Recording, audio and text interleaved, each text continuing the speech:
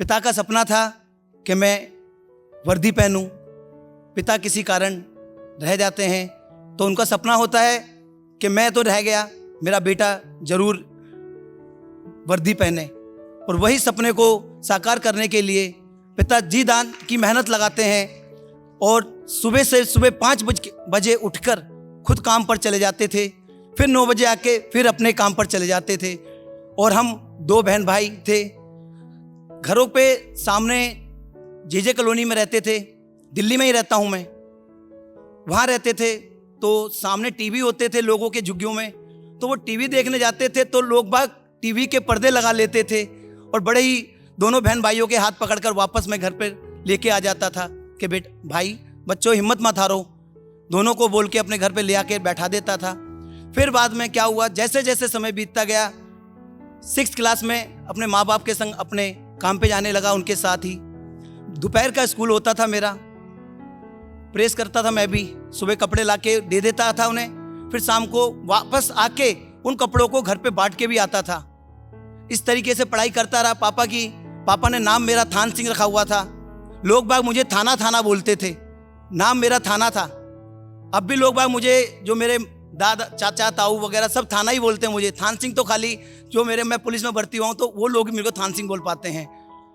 और मैंने हमेशा से ही एक स्ट्रगल जिंदगी जी है अपनी। काम इतना नहीं था, पढ़ाई के खर्चे बहुत थे। तो आसपास यहीं पर केशवपुर मंडी थी दिल्ली में ही, तो मंडी से भुट्टे लेके आता था, उन भुट्टों को बेचता था। और भुट्टों को बेचने के लिए कोयले की ज़रूरत पड़ती थी। वो कोयले जब रात को शादियाँ होती थी आसपास, तो रात को जब वेट करता था कि कब ये तंदूर पलटा जाएगा और कब मैं इन कोयलों को बुझाऊंगा और कब वो कोयले इस्तेमाल करूंगा। वो कोयले मैं अपने प्रेस के लिए भी इस्तेमाल करता था और भुट्टों के लिए भी इस्तेमाल करता था मैं। बस समय बीतता गया। कई बार ऐसा होता था कि कोयले पलटते ही नहीं थे, तंदूर उठा के सीधा ही ले जाते थे। वो सारा उम्मीदों पे पानी फिर जाता था। बस हिम्मत नहीं हारी, भर्तियां देखता रहा। 2 बार रह गया दिल्ली पुलिस में। लोग बाग पिताजी को ताने देते रहे, अरे क्या रह गया तेरा बेटा। बंद कमरे में सोचता रहा कि क्या करूं क्या करूं। पापा ने कहा बेटा हिम्मत मत हार, फिर कोशिश कर। तीसरी बार कोशिश करी, सिलेक्शन हुआ। 2010 में भर्ती हुआ दिल्ली पुलिस में। और एक सोचा मैंने कि जिंदगी में कुछ ना कुछ ऐसा करूंगा सोसाइटी के लिए और अपनी वर्दी के लिए कि एक नाम करके जाऊंगा अपना। वही दिल में एक तमन्ना थी और वही सोच में आया था लेके अपने दिल में। तो लाल किले के पास ही मेरी ड्यूटी है। और जब मैंने देखा कि यहाँ पर कुछ बच्चे ऐसे घूम रहे हैं, तो मैंने उनसे पूछा, कोई कबाड़ा बिन रहा है, कोई पैसे मांग रहा है, कोई नशा कर रहा है। तो मैंने उनको पूछा, बेटा आप ये क्यों कर रहे हो, आप पढ़ते नहीं हो। तो उनके मुंह से सबसे पहले यही आया कि सर हम पढ़ना चाहते हैं अंकल जी। तो मैंने बेटा क्यों नहीं पढ़ते। तो उन्होंने कहा अंकल जी कैसे पढ़े। तो मैंने कहा बेटा कोई बात नहीं, मैं तुम्हारे माँ बाप से बात करता हूँ। तो मैं सबसे पहले उनके माँ बाप, जब उनके 5:30-6 बजे उनके माँ बाप घर पे आए तो उनको विश्वास दिलाया, क्योंकि लोग बाग पुलिस के प्रति विश्वास कम करते हैं। तो उनको एक विश्वास दिलाया कि आप अपने बच्चों को पढ़ाओ। जब उन्होंने एक आस दी कि हाँ बाबूजी हम पढ़ाना चाहते हैं, मगर क्या करें बाबूजी। मैंने कहा आप सारी टेंशन छोड़ दो मेरे पे। मगर बड़ा मुश्किल था उन बच्चों को इकट्ठा करना। 2015 में मैंने 5 बच्चों से पाठशाला चालू करी थी। उन बच्चों को बैठाया और उन बच्चों को मैंने शुरुआत में ये नहीं कहा कि ये ले बेटा कॉपी पकड़ और पढ़ाई चालू कर दे। मैंने उनके दिमाग में, जो उनके दिमाग में कूड़ा बिनना और पैसा मांगने की आदत थी, उस आदत को छुड़ाना मेरा सबसे पहला काम था। उस काम को मैंने खत्म करने के लिए अपनी जेब से खुद खर्चा करता रहा। कभी चिप्स, कभी बिस्किट, कभी कुछ खिलाता रहा। ऐसे करते करते टाइम बीतता गया। 1-2 महीने बाद मैंने उनके हाथ में कॉपी पकड़ा दी। फिर उनके दिमाग में जो कूड़ा बिनने का, नशा करने का, वो आदत सबको छुड़वा दी मैंने। और फिर मैंने सोचा, ऐसे करते करते मैंने किसी को नहीं बताया, 2019 तक कोविड आया। कोविड में मैं इन बच्चों के साथ रहा। एक आदेश आया था कि इन लोगों को दिल्ली से बाहर जाने नहीं देना। तो मैंने उन लोगों को वहीं पर खाना वाना खिलवाया, सब कुछ खिलवाया। तो उसी दौरान मैंने पढ़ाई भी इनकी चालू रखी, क्योंकि मेरा दिल था कि इन बच्चों को कहीं इनका दिमाग डाइवर्ट नहीं करना मुझे। और सबसे बड़ी बात यह थी कि उस समय हमारी तरफ पुलिस महकमे की तरफ से जिनको कोविड होता उनको 10,000 रुपये मिलने थे। तो मैंने कई बार हॉस्पिटल जाता था कि मुझे टेस्ट करो डॉक्टर साहब, मुझे कोविड तो नहीं है, क्योंकि मैं सोचता था वो 10,000 रुपये इन बच्चों के काम आ जाए।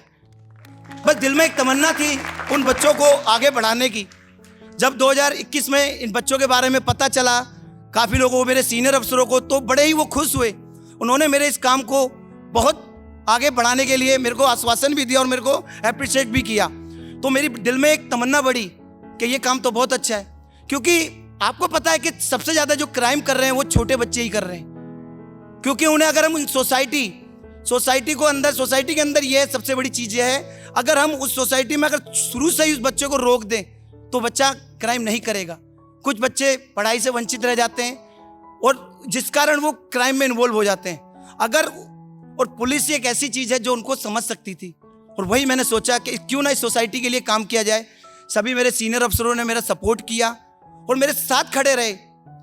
और मेरे पास शिक्षा थी, बेसिक थी, प्रमाण नहीं था। प्रमाण देने के लिए मेरे डीसीपी साहब ने कहा कि मैं बात करता हूँ, इन बच्चों के स्कूलों में भी एडमिशन कराए जाएं।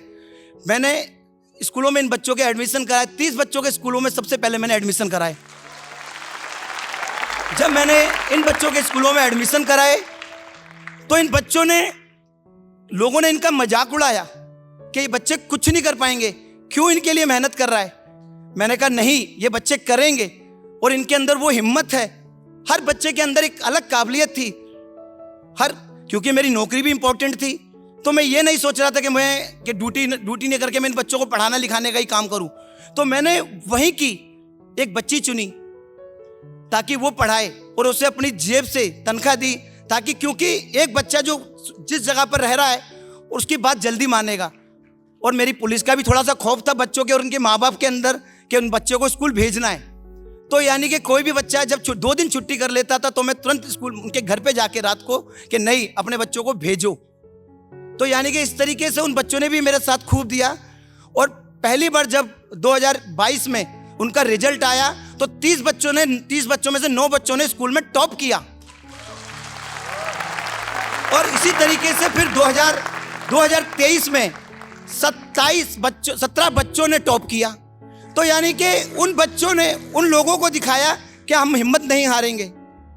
बड़े इन बच्चों के एक बड़ी किसी के पिता नहीं है, किसी की माँ नहीं है। बड़ा ही हम सारे फंक्शन कराते थे स्कूल में, पाठशाला के अंदर ही है, लाल किले में ही पाठशाला है, मंदिर के अंदर ही मैंने पाठशाला बनाई थी अपनी। कई बच्चों के जब काम नहीं लगा तो गांव जाने लगे, तो बच्चे रो रहे थे। वो उन्होंने मंदिर में आके बैठे रहे, पूजा करते रहे कि भगवान मेरे पापा का काम लग जाए और मैं पढ़ना चाहता हूँ। भगवान ने ऐसे सुना कि उस इंसान की उसी जगह पर सफाई की नौकरी पर ड्यूटी लग गई, झाड़ू लगाने लगा। तो उसका बाप बहुत खुश हुआ कि भगवान ने मेरी सुन ली। और उस बच्चे ने 4थी क्लास में भी फर्स्ट आया और 5वीं क्लास में भी फर्स्ट आया। तो यानी कि उस बच्चे ने, यानी भगवान ने उसकी सुनी। इस तरीके से एक बच्ची थी नीलू, फादर्स नहीं है उसके, वो हमारे बीच में भी, मैं उसको लेके आया उन चारों बच्चों को अपने पास यहाँ पर। नीलू थी, फादर्स डे पे सब अपने बच्चे अपने पिताजी के लिए कुछ बना रही थी। तो वो बच्ची मेरे पास आई, कुछ बोल नहीं पाई, फिर वापस चले गई। जैसे ही मैं घर पहुंचता हूं, घर पहुंचने के बाद रात को 10:30 पौने 11 बजे मेरे पास फोन आता है। मैंने देखा मेरे रात को फोन कैसे आ गया। मैंने कहा बेटा कोई बात तो नहीं हुई बेटा, सब ठीक है। तो लड़की बड़ी डर रही थी। मैंने कहा बेटा क्या हुआ, बोलो तो सही। तो उस लड़की ने बोला अंकल जी हैप्पी फादर्स डे। तो आंखों में आंसू आ गए। मैंने कहा हैप्पी फादर्स डे। आज मेरे पास पाठशाला में 105 बच्चे हैं और सारे बच्चे बहुत होशियार हैं। और अभी थोड़े दिन बीते हैं, उन बच्चों के संग ऐसी थोड़ी घटना हुई जिससे कि बच्चे अपना बैग बांध के, अपने सपनों को बैग में रख के गांव चले जाने की तैयारी करने लगे। पर मैंने कहा हिम्मत मत हारो, मैं तुम्हारे लिए पूरी कोशिश करूंगा। मैंने कोशिश करी, उन बच्चों का कहीं ना कहीं, उनके माँ बापों का कहीं ना कहीं इंतजाम कराया, क्योंकि उन बच्चों ने ना इस वर्दी के अंदर एक सपना देख रखा था कि क्योंकि उनके माँ बाप कोई पढ़े लिखे नहीं है, उनकी पीढ़ी दर पीढ़ी कोई भी पढ़ी लिखी नहीं है। तो मेरा बस यही सपना था कि इनकी, मुझे अफसर नहीं बनाना इनको, मुझे इनके सिस्टम को चेंज करना था, इनके समाज को चेंज करना था, ताकि ये थोड़ा सा पढ़ सकें।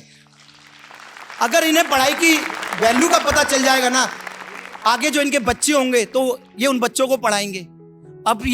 अब अगर आज इनके बच्चों के बर्थडे भी होते हैं ना, तो जब तक मैं नहीं पहुंचता तो ये बच्चे केक नहीं काटते। चाहे मैं रात को 11 बजे पहुंचूंगा तो बच्चे 11 बजे केक काटते हैं।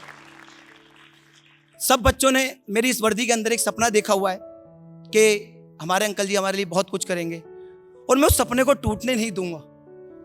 मैंने उन बच्चों को बताया, बच्चों मेरी ज़िंदगी में शुरू से एंड तक स्ट्रगल है और मैं स्ट्रगल करूंगा तुम्हारे लिए। बस एक चीज़ मैं यही कहूँगा, तुम हिम्मत मत हारना। क्योंकि कई अपनों ने भी मुझे कई बार ताने मारे कि क्या ड्रामा कर रहा है, क्या ड्रामा कर रहा है, पर मैं सबकी सुनता रहा, फैमिली की भी सुनता हूँ। छोटे छोटे मेरे अपने बच्चे हैं, वो बोलते हैं कई बार तो मेरे को कि जाओ जाओ उन बच्चों के पास जाओ, तुम। रोना आता है, रोता हूँ अकेला बैठ के, और क्या करूँ।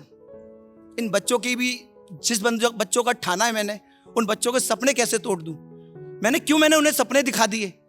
अब जब सपने दिखाएं तो सपनों को पूरा करने का कर्तव्य भी मेरा है। पढ़े लिखों को तो कलम कोई भी पकड़ा देगा। जो इंसान कभी पढ़ा ना हो उसको कलम पकड़ाना बहुत बड़ी बात है।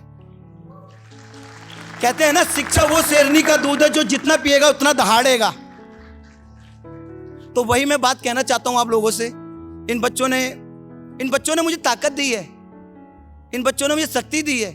जब मैं कुछ भी, आज माता सुंदरी कॉलेज नजदीक है, कॉलेज की लड़कियां वहां पढ़ाने आती हैं। मेरे पास 100 से ज्यादा वॉलंटियर हैं, Mata Sundari college NSS volunteer हैं। तो यानी कि आज मेरे पास लाल किला, राजघाट, विजय घाट, शांतिवन, जब और शीशगंज गुरुद्वारे से इन बच्चों का लंगर भी आता है।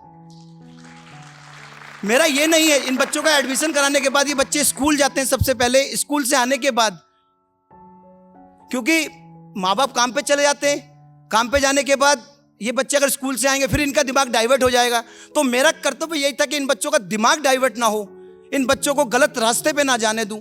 उसी रास्ते को रोकने के लिए मैंने 2 बजे इनका लंगर खाने की व्यवस्था करी। गुरुद्वारा शीशगंज साहब से जब मैंने बोला कि अंकल जी इन बच्चों के लिए, तो उन्होंने ये कहा कि हम 20,000 लोगों को लंगर खिलाते हैं गुरुद्वारे के अंदर, तो आपके 100 बच्चों को लंगर खिलाने में हमारा क्या जाएगा।